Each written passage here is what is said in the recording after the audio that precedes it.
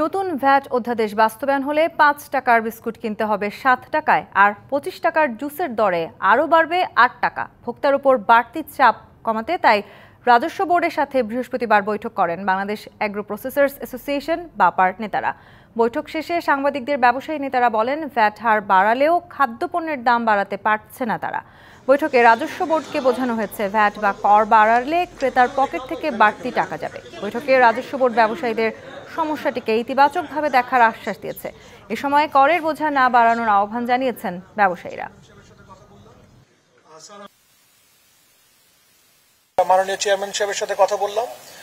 Sir আমাদের প্রত্যেকটা কথা, প্রত্যেকটা পয়েন্ট, প্রত্যেকটা ভালোভাবে উনি শুনলেন। সো আমার মনে হয় যে স্যার আমাদেরকে আশ্বাস দিলেন যে স্যার এনবিআর কে দায়িত্ব দিয়েছেন, ওনার সেক্রেটারিদেরকে উনি দায়িত্ব দিয়েছেন, ওনার সাথে যারা কাজ করেন ওনাদেরকে দায়িত্ব দিয়েছেন। ওনারা কাজ করে আমাদের এই ব্যাপারটা দেখে ওনারা আমাদেরকে তড়িৎ একটি সুন্দর সমাধান দিবেন।